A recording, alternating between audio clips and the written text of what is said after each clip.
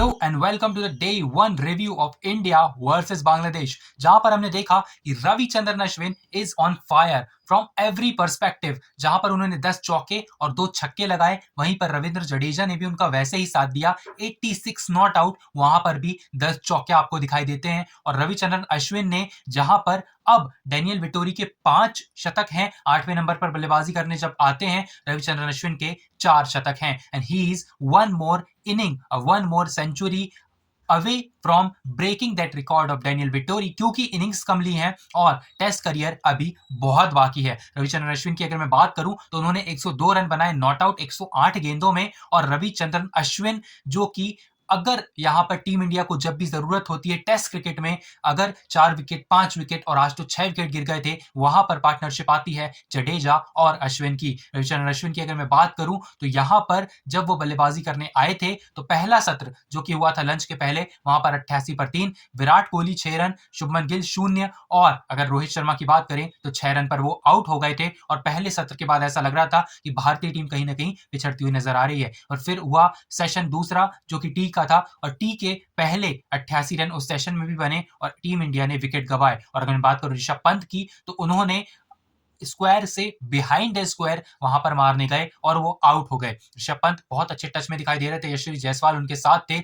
उसी सेशन की बात है, यशस्वी जायसवाल ने भी अर्धशतक बनाया और वो काबिले तारीफ था। यशस्वी जायसवाल जब आउट हुए तो उसके बाद पूरा का पूरा जो डिपेंडेंसी थी, जो दारोमदार था, वो केएल राहुल की विकेट पर था, लेकिन he is also got out. तो वहां पर दूसरे सेशन में भी 88 रन बने और जब एक ड्रिंक्स आया उसके पहले 95 रन उसमें बने थे। तो कुल मिलाकर अगर मैं बात करूं तो इन दोनों सेशंस में बहुत कम रन थे भारत के, और ये बताना बहुत मुश्किल था क्या भारतीय टीम ऑल आउट हो जाएगी। लेकिन आज के दिन ऑल आउट नहीं हुई टीम इंडिया और 339 रन बनाए और सिर्फ 6 विकेट गंवाए हैं टीम इंडिया ने। और अगर मैं बात करूं यहाँ पर जडेजा और अश्विन के बाद किसका नंबर है, वहां पर आपको जसप्रीत बुमराह नजर आएंगे, आकाशदीप, मोहम्मद सिराज नजर आएंगे। लेकिन अगर पर्सपेक्टिव से देखें ऋषभ पंत के, तो ऋषभ पंत ने गलत शॉट खेला। वो बिहाइंड द स्क्वायर अगर नहीं खेलते तो शायद वो अपनी विकेट नहीं गंवाते, क्योंकि ऋषभ पंत एक अच्छे टच में दिखाई दे रहे थे। विराट कोहली फिर वही गलती, वो छठे स्टंप से गेंद को छेड़ने गए थोड़ा सा और वो आउट हो गए यहाँ पर स्लिप में। और वही रोहित शर्मा ने भी किया, आउटसाइड द ऑफ स्टंप जा रही थी गेंद और उन्होंने भी उस गेंद को छेड़ा थोड़ा सा और वो आउट हो गए। लेकिन अगर बात करें यहाँ पर शुभमन गिल की, he is a concern for team India for now, क्योंकि जब मैंने प्रीव्यू किया था तो आपको ये बताया था कि ऋषभ जो यहाँ पर शुभमन गिल है, शुभमन गिल की जगह मुझे पक्की नहीं दिखाई दे रही है। फिलहाल यहाँ पर रोहित शर्मा ने उन पर भरोसा जताया, लेकिन क्या ये भरोसा हमेशा काबिज रहेगा, अगले टेस्ट मैच में काबिज रहेगा? क्योंकि अब जो दूसरी इनिंग आएगी वहां पर शुभमन गिल को स्कोर करने होंगे बहुत सारे रन, क्योंकि अगर वो रन स्कोर नहीं करते हैं तो सरफराज खान को शायद मौका मिल सकता है उनकी जगह पर। और केएल राहुल ने ठीक ठाक यहाँ पर संभाला था इनिंग को, लेकिन वो अपनी विकेट जल्दी गवा बैठे। तो अगर बात करें यहाँ पर गेंदबाजी की, तो बांग्लादेश की ओर से बहुत ही तगड़ी गेंदबाजी हुई है आज, चाहे वो रोहित का विकेट हो, शुभमन का विकेट हो, या फिर हो विराट का विकेट। तस्कीन अहमद विकेट ढूंढ रहे थे लेकिन उन्हें मिली नहीं,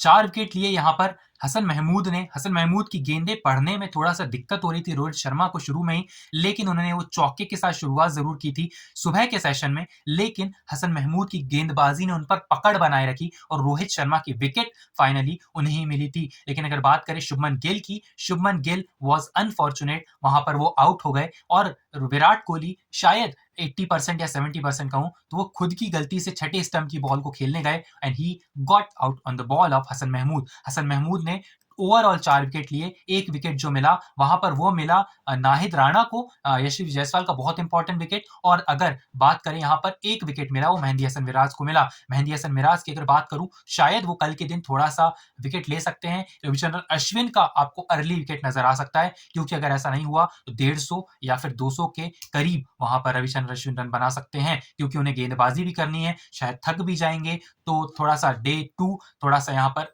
ह्यूमिलिएटिंग रहेगा वहां पर रविचंद्रन अश्विन और रविंद्र जडेजा के लिए, क्योंकि जो धूप पड़ रही है वो थोड़ी सी बरसात वाली धूप है, बादलों वाली धूप है, तो उससे जो है बॉडी थोड़ी सी सेकंड डे पर ज्यादा हीट ऑब्जर्व करेगी वहां पर ग्राउंड पे चेन्नई में, और चेन्नई में वैसे ही ज्यादा हीट होती है। तो रविंद्र जडेजा का शतक आना चाहिए, रविचंद्रन अश्विन का दोहरा शतक तो नहीं, लेकिन 150 रन जरूर आने चाहिए। अगर 400 रन भी भारत बना लेता है तो बहुत बड़ी लीड हो जाएगी बांग्लादेश के ऊपर, और बांग्लादेश को हम 200 के अंदर ले सकते हैं। तो हो सकता है आकाशदीप और मोहम्मद सिराज शुरुआत करें, उसके बाद मिडिल ओवर्स मिलेंगे वहां पर जसप्रीत बुमराह, रविचंद्रन अश्विन और रविंद्र जडेजा को। इसके बाद अगर बल्लेबाजी की मैं बात करूं तो ज्यादा कुछ गहरी बल्लेबाजी है नहीं, इन दोनों पर ही पूरा दारोमदार है कि वो 400 तक ले जाएं। लेकिन अगर मैं बात करूं अगली इनिंग की, अगली इनिंग में शायद विराट कोहली, शुभमन गिल और रोहित शर्मा को अपने लिए सोचना चाहिए कि क्या वो जो आउटसाइड द ऑफ स्टंप जा रही गेंद को वो जानबूझ के छेड़ेंगे, या फिर हसन महमूद के लिए क्या टैक्टिक्स होंगी, क्या वहां पर ड्रेसिंग रूम पर मोने मोकल से बात हुई होगी